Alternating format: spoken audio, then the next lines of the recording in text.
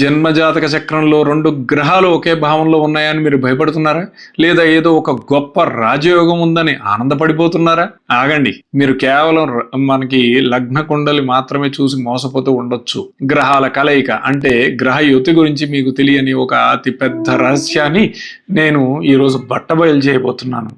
ఈ వీడియో చూశాక మీ జాతకాన్ని మీరే స్వయంగా ఒక ప్రొఫెషనల్ జ్యోతిష్కుడిలాగా విశ్లేషించుకోగలుగుతారు. నేను కన్సల్టేషన్స్ ఇస్తున్నప్పుడు చాలా మంది అడిగే ఒక సాధారణమైన ప్రశ్న, గ్రహ యుతిని మనకి D1 లో చూడాలా లేదా భావచలిత చక్రంలో చూడాలా అని. దానికి నా సమాధానం ఏమిటంటే ఈ రెండిట్లోనూ కాదు. అవును, మీరు విన్నది నిజమే. గ్రహాల కలయికను చూడాల్సింది రాశి లేదా భావచలిత చక్రాల గదుల ద్వారా కాదు, ఆ 2 గ్రహాల మధ్య ఉన్న డిగ్రీల వ్యత్యాసాన్ని బట్టి. దీనిని ఆంగ్లంలో లాంగిట్యూడినల్ సెపరేషన్ అని అంటారు. ఉదాహరణకు రవి చంద్రుల కలయికను తీసుకుందాం. సింహరాశిలో రవి 5 డిగ్రీల్లో ఉన్నాడు అనుకుందాం. దానికి ముందున్న కర్కాటక రాశిలో చంద్రుడు 27 డిగ్రీల్లో ఉన్నాడు అని అనుకుందాం. సాధారణంగా రాశి చక్రాన్ని చూసి ఎవరైనా ఏమనుకుంటారు? రవి సింహంలో ఉన్నాడు, చంద్రుడు కర్కాటకంలో ఉన్నాడు, ఇద్దరికి ఎలాంటి సంబంధం లేదు అనుకుంటాం. కానీ ఇక్కడే మనం పొరపాటు పడుతున్నాం. కర్కాటకం చివరి 27 నుండి 30 ఉన్న 3 డిగ్రీలు, ఆ తర్వాత సింహంలో రవి ఉన్న 5 డిగ్రీలు, మొత్తం కలిపితే రవికి చంద్రుడికి మధ్య ఉన్న దూరం కేవలం 8 డిగ్రీలు మాత్రమే. రవికి 15 డిగ్రీల వరకు, చంద్రుడికి 12 డిగ్రీల వరకు తమ ప్రభావాన్ని చూపించే శక్తి ఉంటుంది.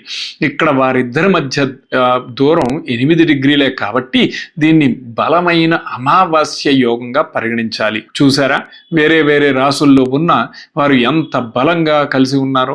ఈ 12 డిగ్రీల వ్యత్యాసాన్నే మనం తిథి అని అంటాం.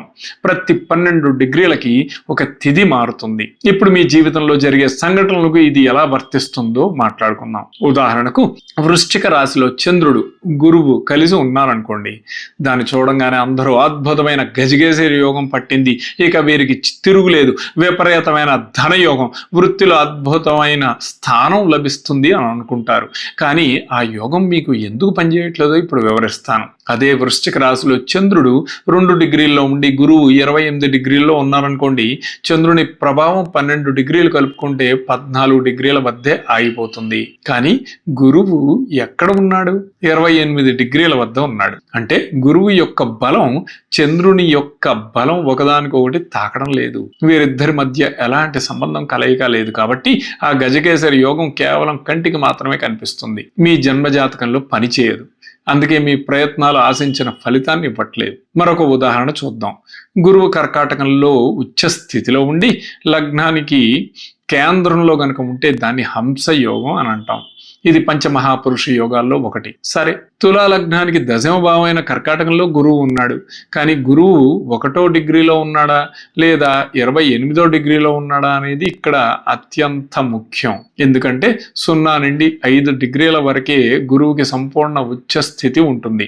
1వ డిగ్రీలో గురువు ఉంటే అది 9 మరియు 10వ భావాల మధ్య ప్రభావాన్ని చూపిస్తూ అదృష్టాన్ని, వృత్తిలో గొప్ప మార్పులను ఇస్తుంది. అదే గురువు 28వ డిగ్రీలో ఉంటే 10 మరియు 11వ భావాల మీద, అంటే లాభస్థానం మీద ప్రభావాన్ని చూపిస్తాడు. ఫలితాలు పూర్తిగా మారిపోతాయి.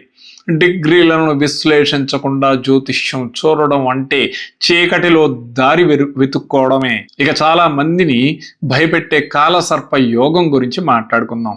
రాహుకేతువుల మధ్య అన్ని గ్రహాలు బందీ అయిపోతే దాన్ని కాలసర్ప యోగంగా పరిగణిస్తారు.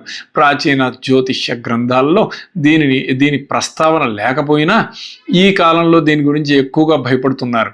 ఒక చిన్న ఉదాహరణతో ఆ భయాన్ని పోగొడతాను, వినండి. రాహుకేతువులు ఎప్పుడూ కూడా అపసవ్య దిశలో, అంటే వెనక్కి ప్రయాణం చేస్తూ ఉంటారు. సింహ లగ్నంలో లగ్న బిందువు 2 డిగ్రీల్లో ఉందనుకుందాం. అదే రాశిలో రాహువు 12 డిగ్రీల్లో ఉన్నాడు అనుకుందాం. ఇప్పుడు లగ్నం ఆ రాహువు యొక్క ఆకర్షణ వలయం నుంచి బయటపడిపోయినట్లే. ఎందుకంటే రాహు రివర్స్లో వెనక్కి వెళ్తాడు. లగ్నం దానికి బయట ఉంది.